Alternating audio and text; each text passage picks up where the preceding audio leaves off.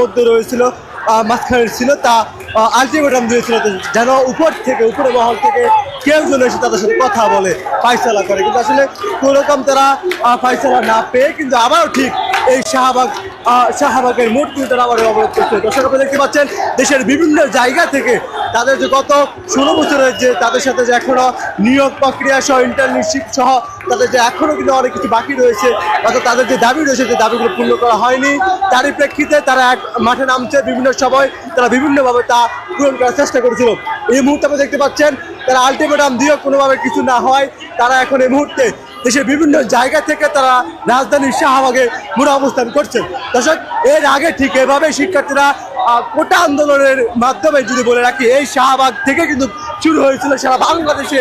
আর সর্বশেষ যদি বলে রাখি, সে কোটা আন্দোলনের শাহবাগ থেকে শুরু হয়ে দেশের আলাদা কাছে কিন্তু তা সরিয়ে পড়ে এবং সেই জায়গা থেকে কিন্তু পরে আমরা দেখেছি যে আসলে শেখ হাসিনার পতন হয়েছিল।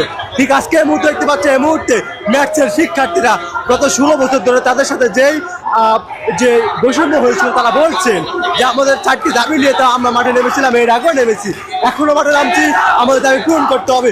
এই মুহূর্তে ব্যস্ততম শাহবাগ সড়ক তারা অবরোধ করছে ম্যাচ শিক্ষার্থীরা। দর্শক আপনারা দেখতে পাচ্ছেন তারা